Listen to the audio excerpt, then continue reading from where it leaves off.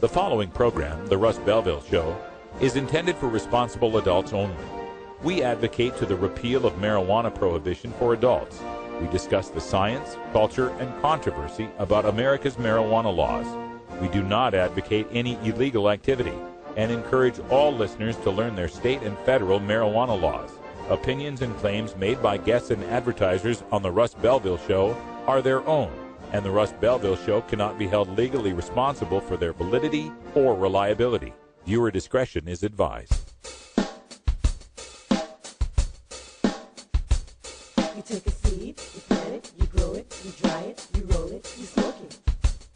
You take a seed, you plant it, you grow it, you dry it, you roll it, you smoke it. Then it goes down smooth. Hey! Spanning the continent to bring you the truth about cannabis and marijuana law reform. I smoke pot and I like it a lot. From the promise of legalization. And I think that we need to rethink and decriminalize our marijuana laws. To the agony of prohibition. One major responsibility is to encourage people to use less drugs. The Russ Belville Show, the voice of the marijuana nation. Yeah, I hear you had a question for me. Now, here's your host, Radical Russ Belville. We love it. All right, this is Cokeheads, and welcome to the weekend. It is Friday, November 8th, 2013, and it's got to be 4:20 somewhere in.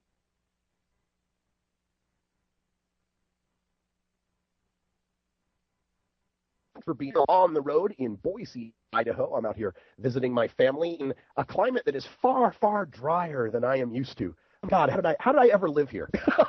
Still recovering a little bit from a cold as well, so apologies for the little bit of a stuffy nose that I've got going here. And we are seeming to have some sort of spotty internet today, so if I fade in and out, I apologize in advance for that, but not much I can do from here. But on today's show, keep your fingers crossed. We'll stay online and we'll bring you all sorts of good information today. Coming up in our interview segment today, very good friend of the show, one of the most important activists out there, Michael Krawitz from the Veterans for Medical Cannabis Access will be joining us. He's got some new updates on what's going on with the Veterans Administration and medical cannabis down there in the state of Florida. That's right, medical cannabis in the state of Florida. Some shocking new things that are going on there in the developments with the VA and his activism down there. So we'll learn all about that at 5:30. And speaking of veterans,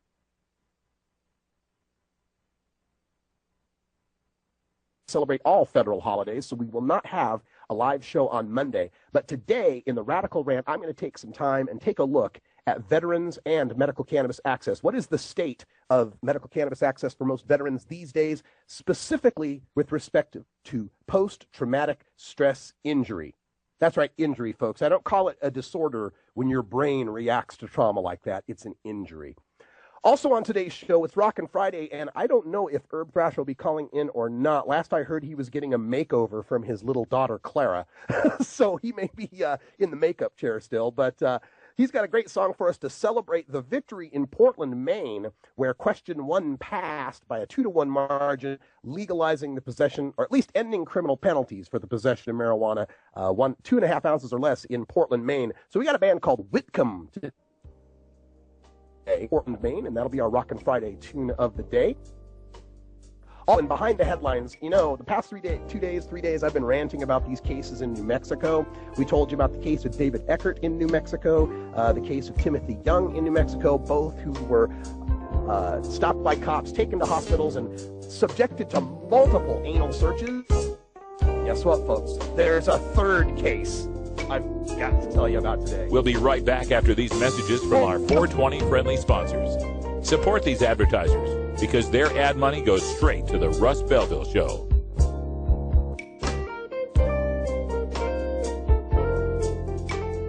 You're tuned into the Russ Belville Show, the voice of the marijuana nation.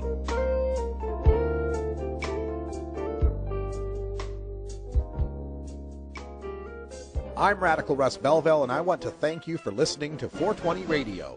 We couldn't survive without you and our sponsors, and I'd like you to check out one of our prime sponsors, the National Cannabis Coalition. I've been working with NCC since June of 2012, and I'm proud to be part of the team they have assembled. National Cannabis Coalition is building the partnerships with reformers, lawmakers, and industry we need to be successful. Visit the National Cannabis Coalition website at nationalcannabiscoalition.com or the easier-to-remember ncc420.com. That's where you'll get the exclusive first look at my radical rants, as well as informative articles from the nation's top cannabis pundits. Visit ncc420.com today, and if you have your phone handy, text Russ to 420-420 to support NCC and 420 Radio. It's a free text message that helps us help you end adult marijuana prohibition. Learn more at ncc420.com, and thanks for supporting independent marijuana legalization public radio. The law offices of Omar Figueroa would like to remind you to stand up for your rights. Please do not give up your precious liberties. There's nothing wrong with standing up for our constitutional rights, and in fact, it's the only way to honor the Constitution that recognizes our natural rights. Treat law enforcement with respect, and respect the Constitution by standing up for your rights.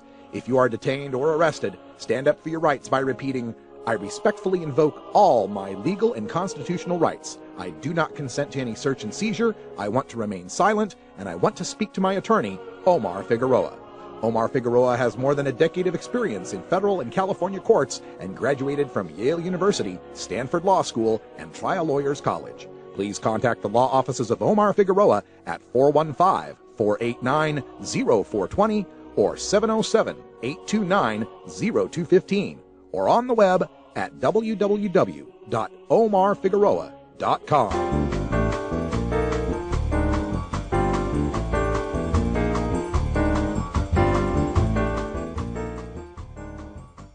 This is your 420 Radio News for Friday, November 8, 2013.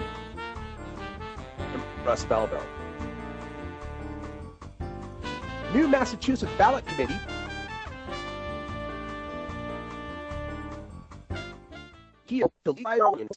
from masslive.com.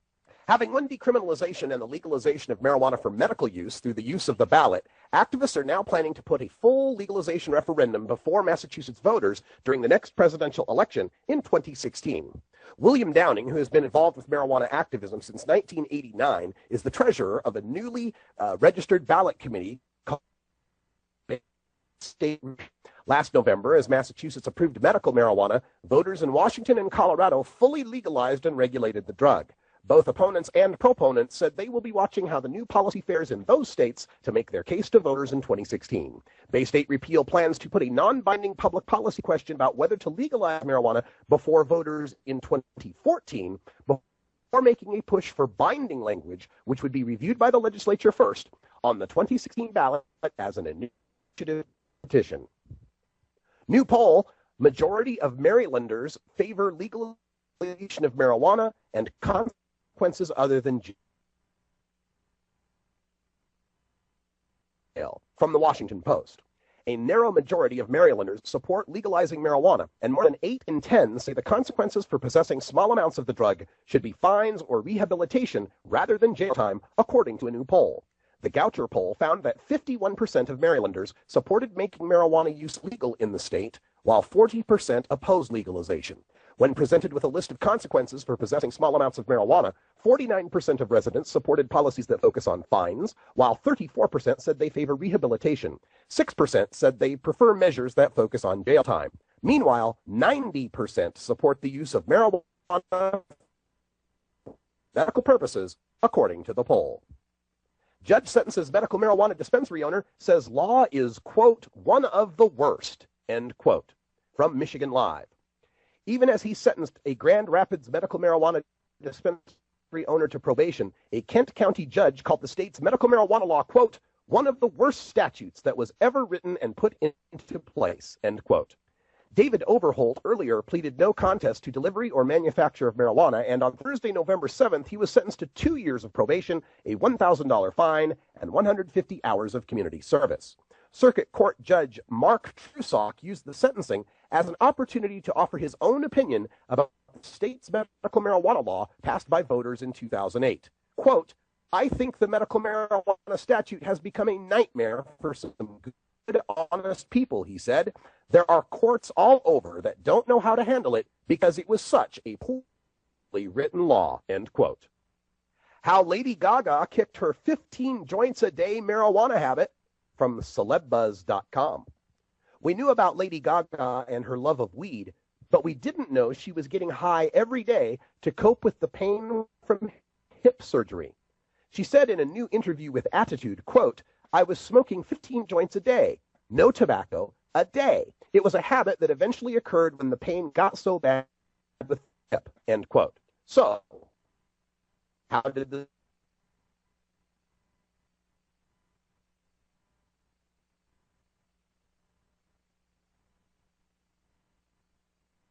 just yet? The singer added that she still indulges in her herb every once in a while. Quote, "Now I smoke with a little bit at night, just for fun, you know, but not to cope. It's the difference," end quote.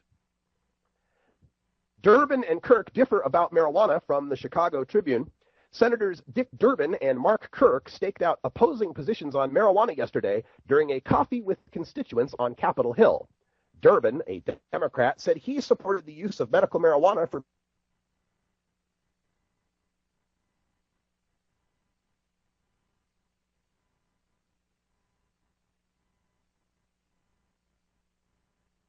could not support decriminalization of marijuana because he worried about it being a gateway drug. He said several friends had children who had become addicted to serious drugs. Senator Kirk said he took restrictions on marijuana. He did not comment directly on medical marijuana or Illinois' new law, which takes effect next year.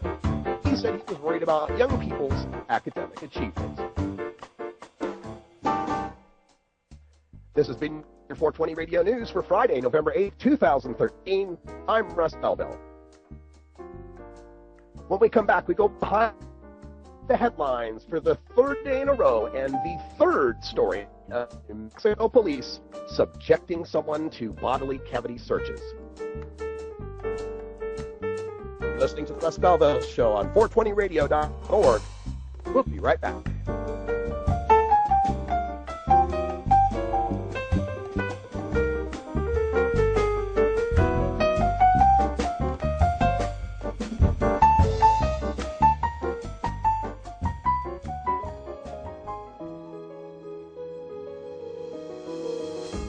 Cannabis Outreach Collective is an alternative health and wellness option located in Gladstone, Oregon, that serves patients in the Portland area and beyond.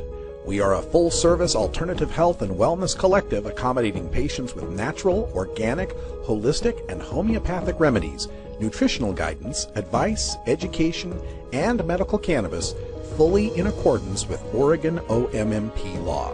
You can find out more about Cannabis Outreach Collective on Facebook at COC503 or by emailing cannabisoutreachcollective503@gmail.com or by telephone at 503-853-1319. Check out our menu on Weed Maps and visit Cannabis Outreach Collective today. Let them bring in the beat. Adam Hand of Handmade Apparel produces quality custom designs for t-shirts, hats, and other apparel.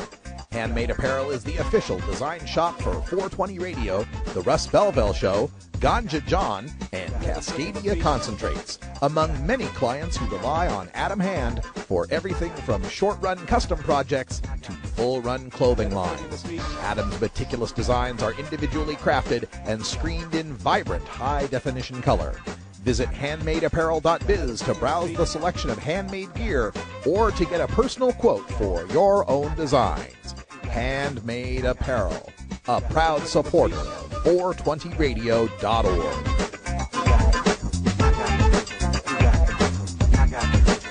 Let them bring in the beat. We've got a great late-night lineup at 10 p.m. Pacific weekdays here at 420radio.org. But if you missed any of those shows, you can catch their replays early Saturday morning, beginning at 6 a.m. with the Drug Truth Network. At 7 a.m., Cannabis Cure TV. At 8 a.m., Green Stream Podcast. And at 9 a.m., Hemp Beach TV. Right here on 420radio.org.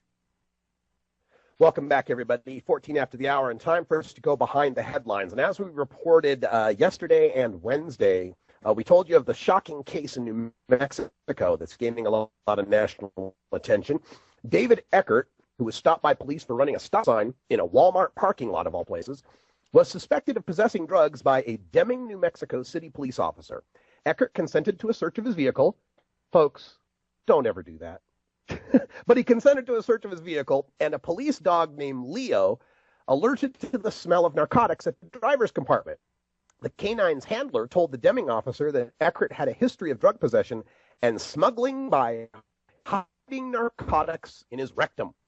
Based on the drug dog alert, the canine handler's tip, and the officer's observation that Eckert appeared nervous and was clenching his buttocks, the officer sought and received a search warrant for Eckert's person.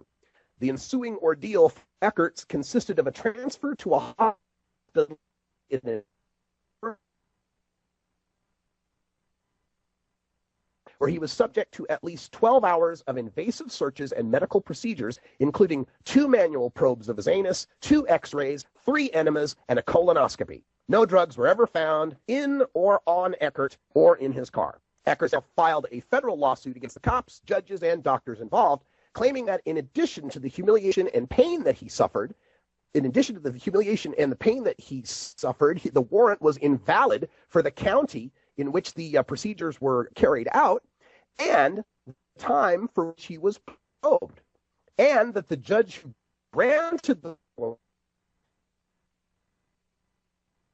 did so on essentially an anonymous tip, and the canine dog hadn't been certified since 2011. Now, shortly after this story broke, word leaked. This time, Timothy Young made a turn without signaling. Police pulled him over, suspected him of carrying drugs, and brought in the same uncertified canine, which alerted to the smell of narcotics.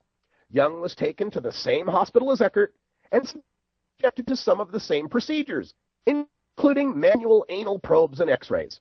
And just like Eckert's warrant, Young's warrant was only valid in the county he was arrested in, not the county where the hospital was located. Now, a third victim, a woman who wishes to remain anonymous, has come forward to report her sexual assault, this time by members of the Customs and Border Patrol, as she crossed the New Mexico border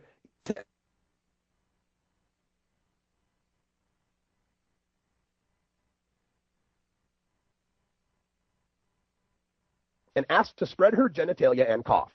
Female agents performed manual probes of anus and vagina. When no drugs were found, she was taken to the El Paso University Medical Center, and she was forced to defecate in front of medical staff. Then came the x-ray, another cavity search of vagina and anus, which in the hospital notes were bimanual. That means two-handed.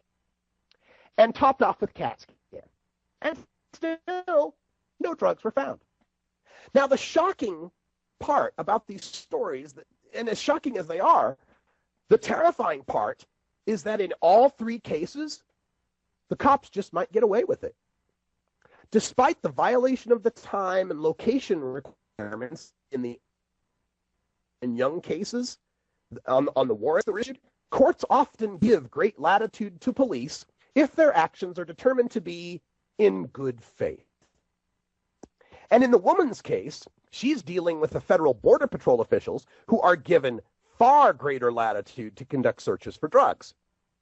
And unfortunately, all of them, as the New York Times reported, the U.S. Supreme Court in April of 2012 decided with a 5-4 majority that, quote, officials may strip search people arrested for any offense, however minor, before admitting them to jails, even if the officials have no reason to suspect the presence of contraband. This decision affirmed the decisions of lower courts that held people may be strip searched after arrest for violating a leash law, driving without a license, failing to pay child support, driving with a noisy muffler, failing to use a turn signal.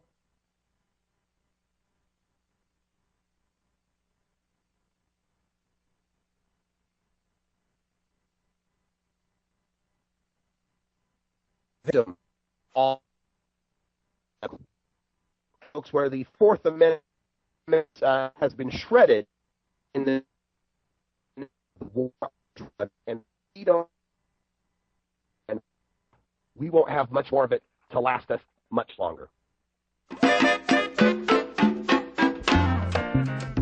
All right, folks, that time means 4:20 here in the Mountain Time Zone.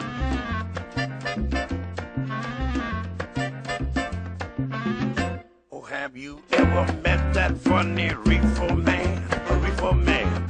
Have you ever met that funny reefer man? A reefer man. If he said he swam to China, he would sell you South Carolina. Then you know you're talking to that reefer man.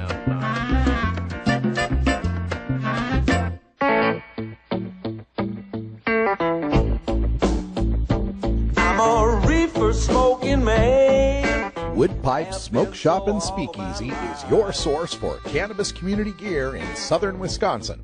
Owners Brian and Tammy Wood are located in Kendall, just outside of Madison, and they've got everything for the smoking enthusiast, including a full assortment of pipes, water pipes, hookahs, bubblers, one-hitters, and so much more. They're open noon to 8 p.m. Monday through Saturday and can help you with your detoxification therapies as well. Call 608-466-7473 or email woodpipes@yahoo.com for more information. That's 608-466-7473 or email woodpipes@yahoo.com. And as always, go pack go. Smoking man.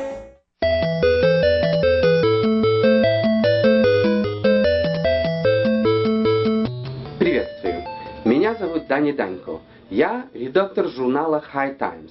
Отвечаю за отдел культивации, или, проще говоря, выращивания. Приглашаем вас в Амстердам с 24 по 28 ноября, чтобы посетить ежегодный турнир Cannabis Cup, уже 26-й по счету. Там мы сравним множество видов марихуаны и гашиша из местных кофешопов. Еще у нас там выставка товаров, семинары по выращиванию, ночные концерты и вручение премии за лучший в мире сорта марихуаны. Хотите получить 10% скидку со стоимости билета? Используйте промокод DANKO на сайте cannabiscup.com. Ждем вас!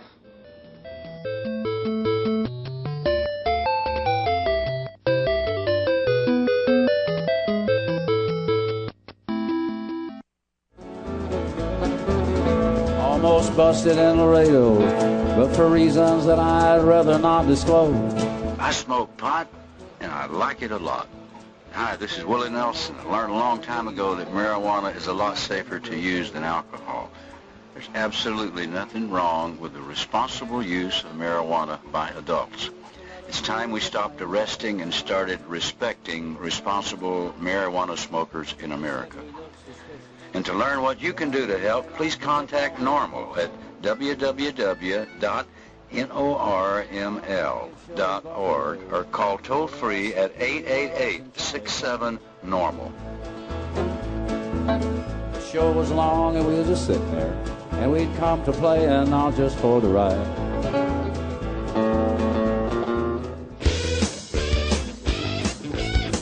Everyone knows music and marijuana go together, so let's wind up our 20 after break with the Russ Belville Show's Daily Toker Tunes, the best in pod-safe 420 music from around the web. Today is Rockin' Friday, featuring rock, metal, and the hard edge of alternative country.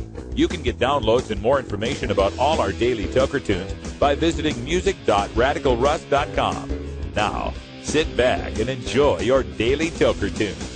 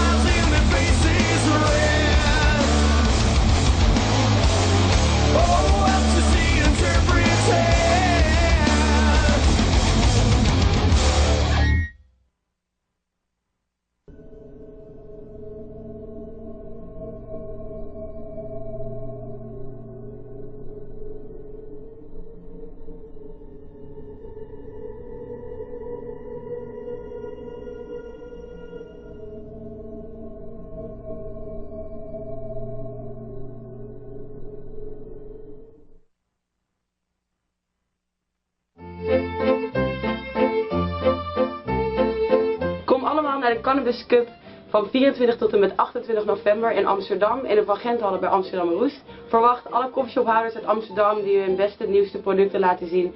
En hun wiet en hash wordt gekeurd door een panel aan deskundige wiet-experts die een uitreiking gaan doen wie de beste wiet en hash heeft van het land.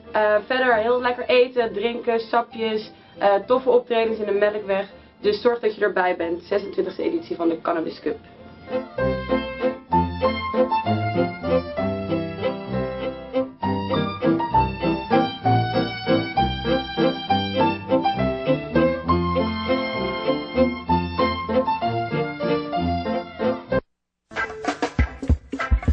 I'm Subcool from Team Green Avenger.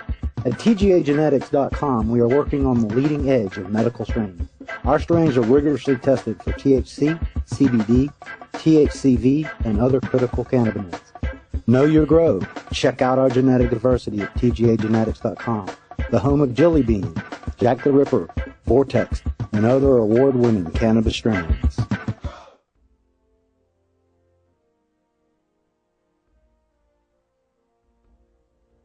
I am not a stoner. I am nothing you've heard. I'm you. We may not be happy with the world that we live in. Politicians who believe in criminalization, making deals with big pharma, and trading big money behind the scenes is not a way to stay in office. I will go to bat for you. I will go to Burning Man and smoke my brains out. I'm Terry Joyce, and I approve this message.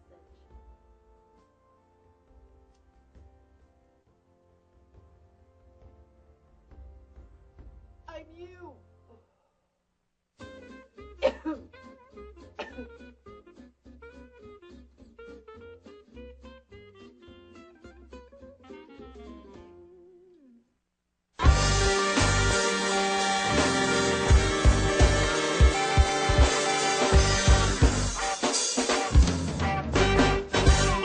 Activism begins with ACT. The Russ Belville Show features the stories of hardworking grassroots activists working for an end to prohibition in today's activist agenda.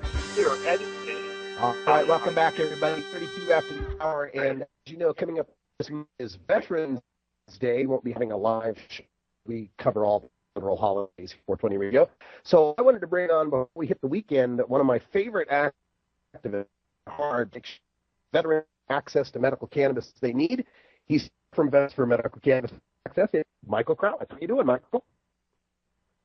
I'm doing fine, Russ. It sounds like we might have a little delay, so we'll take it slow. Okay, slow. After this, I'll tell folks a little bit of where we've been trying to get cannabis veterans. I was curious latest on this issue, and I understand you're down in Florida with some pretty amazing. I'm so sorry. I was just wondering about Florida. If you could tell me about Florida. So we're in Florida.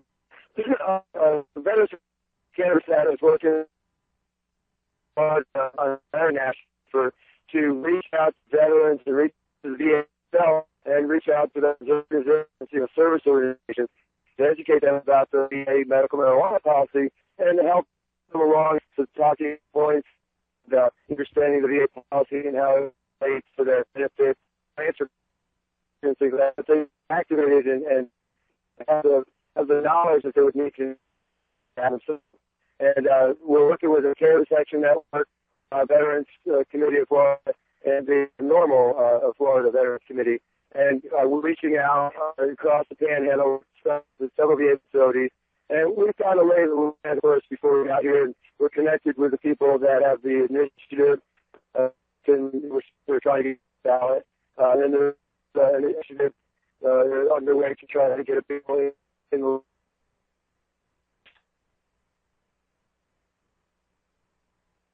we're very, very excited about the relationship that we've been able to start with the VA system. So it might be kind of tough if they're not medical marijuana. I think they tend to be a little more concerned. Some of these issues What's the in Florida from the VA? in Florida? Yeah, how are the VA in Florida responding? Oh, it's amazing, absolutely amazing. You know, my theory has always been that if we look at the VA, then try to put them a spot that if we have a lot of information that they don't have access to because the DEA is over their shoulder and they're just not able to to move freely. And I thought if we could put ourselves in a position to make us helpful to the VA, maybe they'll take advantage of that. It's a little bit kind of a bit more attack than the mail usually is, but this attack we take it, and it seems to work out quite well. The VA hospital system, we got it, and we got to meet with the chief of staff, and we did meet with some of the chief of staff, and then from the first meeting, it's been a multiplier effect because these hospitals communicate with each other, and they got to know us, and they knew that we weren't a threat, and we tried to follow the rules, and we didn't get in their face or try to put tables up in the wrong places where we had to deal with the police or anything, and it really has worked to create a good relationship where now I was able to get the top representatives of this hospital administration in each location to come out and meet with local vets. I never met the leadership team of their hospital. They talk to their doctor about medical marijuana and they get the iron hand, So this has been a really new thing. And towards the end of the day today, we actually were able to meet with the representatives of one of the largest hospitals in the system in Gainesville here and have a really, really heartfelt conversation with their leadership team's representatives and have them meet with vets. And it was just really meaningful, very meaningful exchange. We gave them our information. They took it back night. You can still want it on your website. Your website isn't inside the VA hospital. Our flyers are now because we handed them to them in a friendly way. That's excellent news, Michael. We're speaking with Michael Krawitz, a veteran for Medical Cannabis. Can you give the web? Yes, for Medical Cannabis. It's just Medical Cannabis and Facebook, and it's actually easier to go through Google to get to the Facebook page for some reason. But anyway, and we have a great presence on Facebook. We can put out a lot of information about the day-to-day. I've written very, very hard writing kind of reports on this, and I'm told from the very first that we met with the very first VA or staff of the other VAs were reading our report and following what we were saying.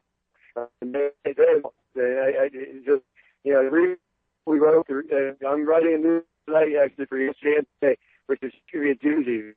It's what happened. So I would check out on Facebook.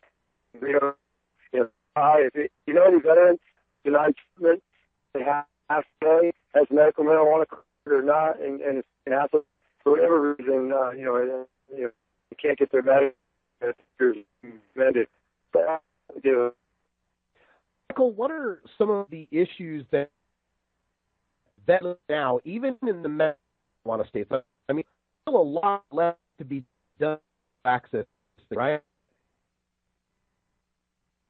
If I think what you're saying is a issue, but we have a situation in the where situation affects every vet, and that's the problem. And that is the veterans. We like the VA because it says you won't be punished using medical marijuana.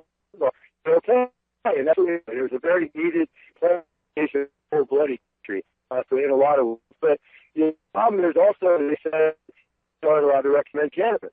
But if they're not allowed to recommend cannabis, I mean, you go in a VA hospital, anywhere in the country, legal or not, the doctor can't tell you anything about cannabis. If he says anything that might be positive or construed as positive, that could be seen as a recommendation. They can't do it. So they're really prohibited very strongly from talking about it at all. Which is better. And all across the United States is being done information and doctor. And that's not right. It's wrong. It's upset. Although in the pretty states that aren't legal medical marijuana, their doctors punish them with impunity and have to go case by case and fight every case to protect them. There's no legitimate reason to take away someone's treat other treatment, that's ethical. So we can fight it, but they think they can do it, and they do it. And, 20 plus 1, we have 20 states plus the District of Columbia where the veterans now have a shield. That doesn't show up in other states. We have to basically go back to Excalibur again. Mm-hmm. Even in the 20 current medical marijuana states, not all of them recognize post-traumatic stress. What is the latest on getting that recognized in those states? Well, that's another interesting about it. We have more of medical conditions, medical conditions, and we're working on those are represented in the states for adding stress. We got that passed, and now in Oregon, as of October, to get a recommendation, and as of January, card, with the medical condition. Interestingly, we're right at the same spot we were when we were going to the legislature for the very first time in Oregon. That's where we are in Colorado right now in the fight. This fight is kind of rolling from state to state, and we'll do what we can to make sure all the different states have the different qualifications that the veterans.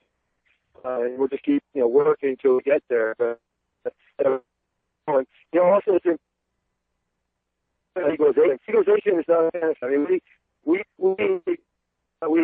veterans from Medical Cannabis Access, we veterans help pass measures before because of what I just said, because they do the same kind of walk, in the committees where it's supposed to be here. Because of that, because they recognize that, we were able to use that as a tool to help pass Amendment 64 as a veteran issue, which will have access, and it works. But the problem, if you go to having it legal in the state, that's not going to do it. That's not enough to help you, get a urine test at work. It's not to actively follow the policy. So, legalization is a stopgap measure to our stopgap. Mm-hmm. Well, Michael Krawitz from Veterans for Access, focus on the show.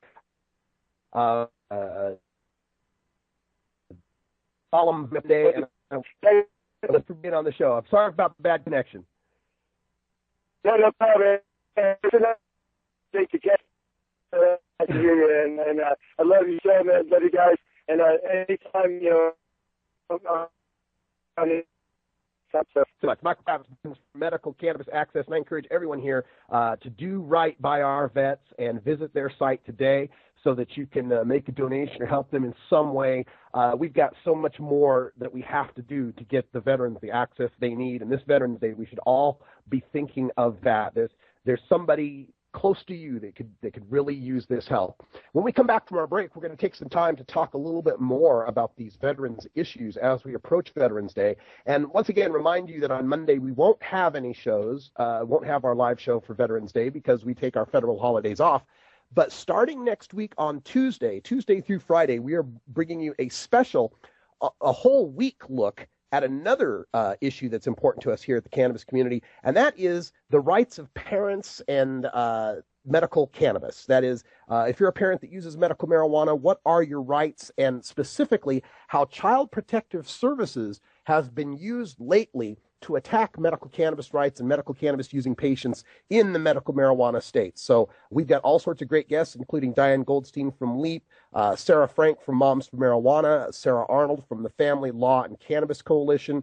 Let's see, trying to remember everybody. Diane Fornbacher from Ladybud will be joining us. Charmy Golson from Michigan Moms United. Lindsay Reinhart, my friend from Idaho here, who was forced out of the state for her advocacy of medical marijuana, and so much more. All next week, 2 guests per show. We're going to be talking about CPS and its effect on medical marijuana and families. All right, you're listening to the Russ Belville Show here on 420radio.org. We're coming to you live from Boise, Idaho here while I'm out on the road. We're going to take a short little break, and when we come back, we will have more for you here on 420 Radio. Stick around.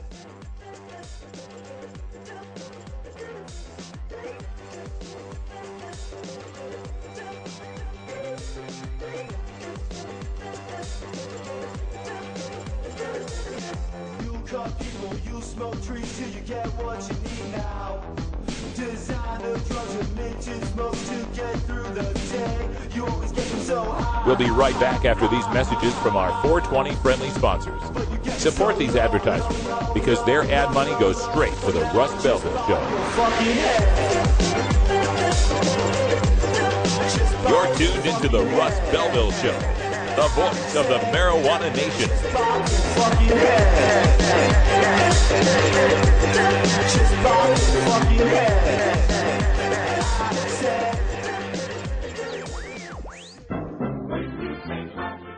Marijuana and alcohol are the two most popular recreational drugs in America.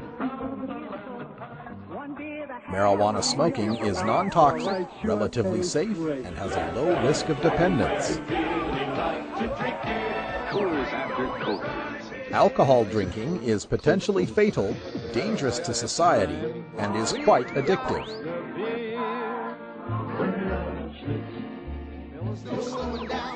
Marijuana is safer, so why are we driving people to drink? That's the question of the new book, Marijuana is Safer, So Why Are We Driving People to Drink? By Paul Armentano, Mason Tvert, and Steve Fox. Visit Amazon.com or ChelseaGreen.com today to order your copy of Marijuana is Safer, or visit. Well, how do you? My name is Bob Ware, and I play with the Grateful Dead. And I'd just like to say that I've seen too many people just absolutely wasted by heroin. So if you're thinking about ever doing that, I'd have to caution you not to. I've seen too many people, like up-and-coming young musicians, that get into heroin and they don't up-and-come anymore. Just keep chugging on.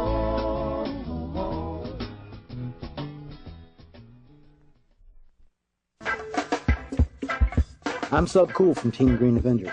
At TGAgenetics.com, we are working on the leading edge of medical strains. Our strains are rigorously tested for THC, CBD, THCV, and other critical cannabinoids. Know your grow. Check out our genetic diversity at TGAgenetics.com, the home of Jelly Bean, Jack the Ripper, Vortex, and other award-winning cannabis strains.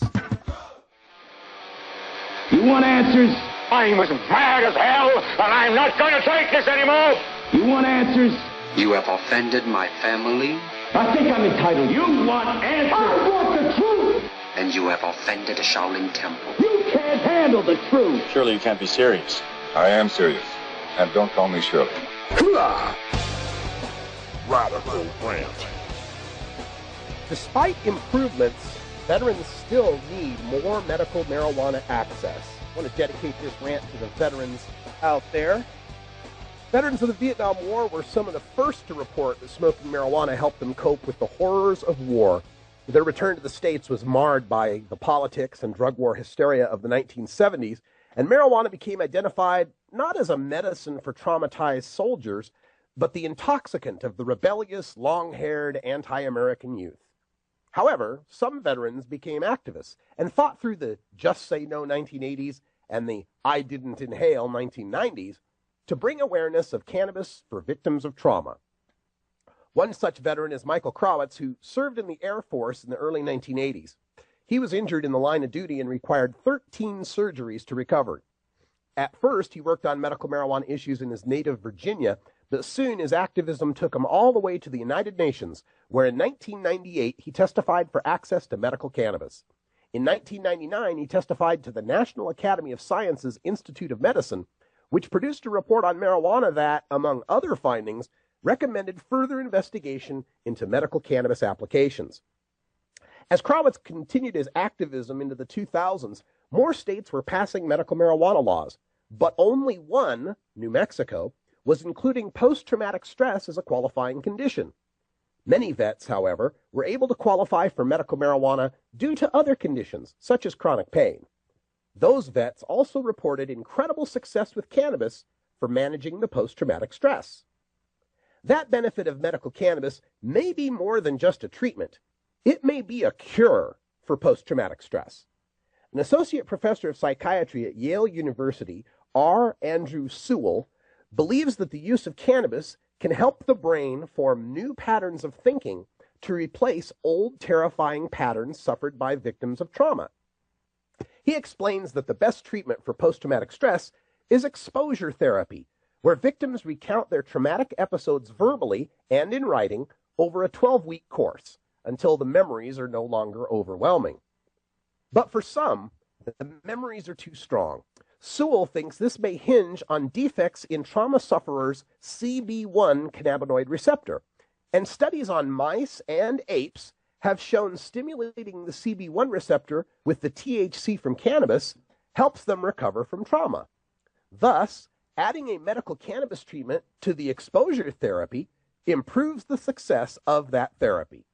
Sewell said, quote, "It's not like they'd have to keep taking cannabis the rest of their life. We're talking about a cure," end quote. While veterans using marijuana in most states are criminals under state law, these few states with medical marijuana laws protected veterans for their use. Unfortunately for them, the federal government still considered them criminals if they used cannabis. Most veterans require medical care from the Veterans Administration or VA hospitals. In certain cases where a veteran requires opioid painkillers like OxyContin or Percocet, the VA requires the vet to sign a pain contract.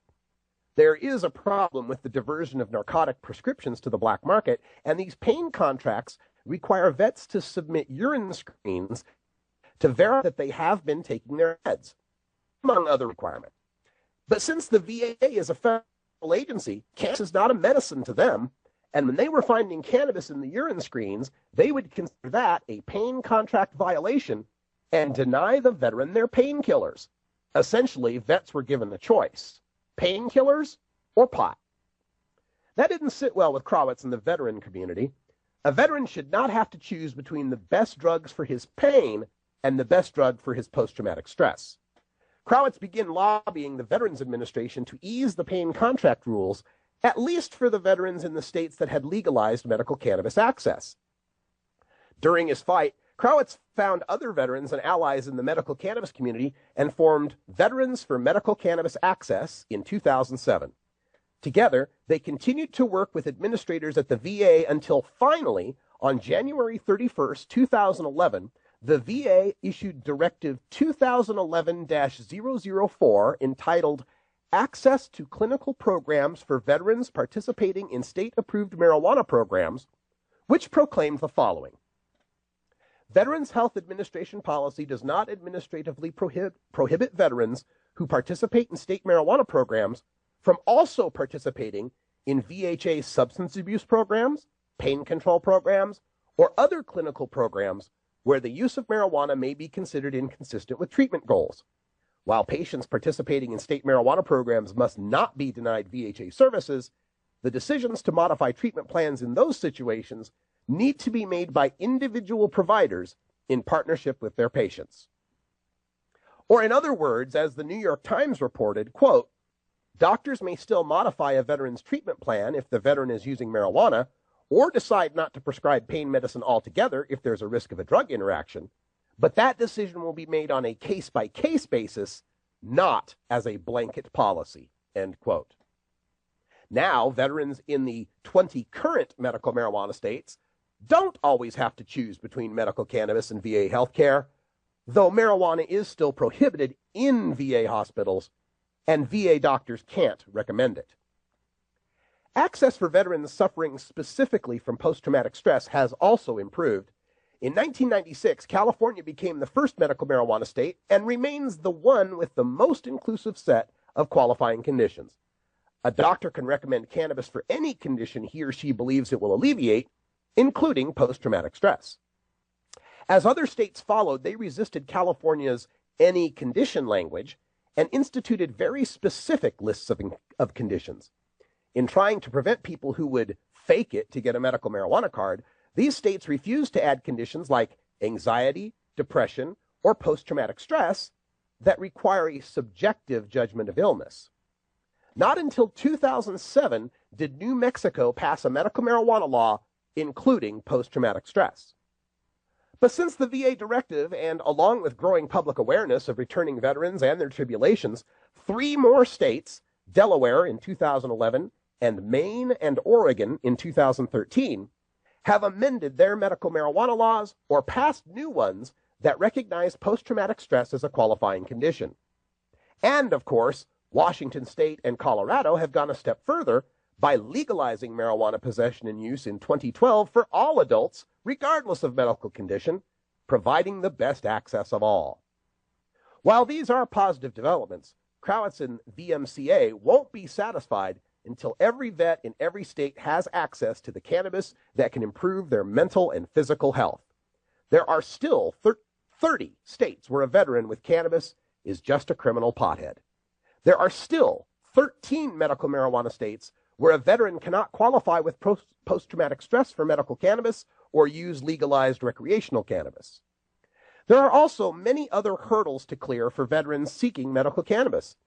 VA doctors are not allowed to write recommendations for federally illegal cannabis, so vets suffer the additional expense of finding a private physician who will. However, the author of the latest medical marijuana state's law, Illinois, has filed an amendment to allow veterans being treated for approved conditions by the VA to automatically qualify for the state's medical marijuana program without another doctor's recommendation. The bill has made it out of committee and awaits a hearing by the full Illinois House of Representatives, approval by the Senate, and a signature by the governor. Even if a veteran has been able to jump through all the required hoops, they still face discrimination in employment, education, child custody, even organ transplantation. Most medical marijuana states still allow employers to drug test and fire or not hire veterans who fail for marijuana metabolites, even if they're medical marijuana patients. The federal government still withholds student aid to anyone convicted of a drug offense, which haunts vets who got busted for weed in any state, medical or not. Vindictive spouses have been known to use a veteran's use of marijuana as evidence against them in child custody hearings, and only a handful of medical marijuana states protect against that. And, shockingly, veterans in need of life-saving organ transplants have been kicked out of transplant programs when their medical cannabis use becomes known, since most programs will not operate on known drug addicts, with only a few of the latest medical marijuana states prohibiting that practice. This Veterans Day, help Michael Krawitz and the Veterans for Medical Cannabis Access by visiting veteransformedicalcannabis.org and offering your help or donations so that every successive Veterans Day, more and more of our heroes will have access to the cannabis they need. If they can carry a rifle in the sand, they should be allowed a joint in their hand. Thanks, folks. That's all the time we got here today on Hour 1. Stay tuned for Hour 2, Toker Talk Radio, where we'll take your calls at 971-533-7111. My thanks to Michael Krawitz from Veterans for Medical Cannabis Access for all the information and the interview, despite our technical difficulties that we were having. And a salute to all the veterans out there who have fought to keep this country free and to protect us in our times of need. Despite what we may think politically about how our military is used, we cannot deny that the folks serving in that military deserve our respect. Stay tuned. Hour 2 is coming up next. Toker Talk Radio. It's open lines, open topics. Anything you want to discuss at 971-533-7111. Correct? Until next time, take care of each other, Tokers. We love the earth. So you gotta protect it. The mother earth, you got to respect it. Some papers read us. So you know we'll finally be on about the plans the mother has on. This time around, you know, if you haven't heard, we love the earth.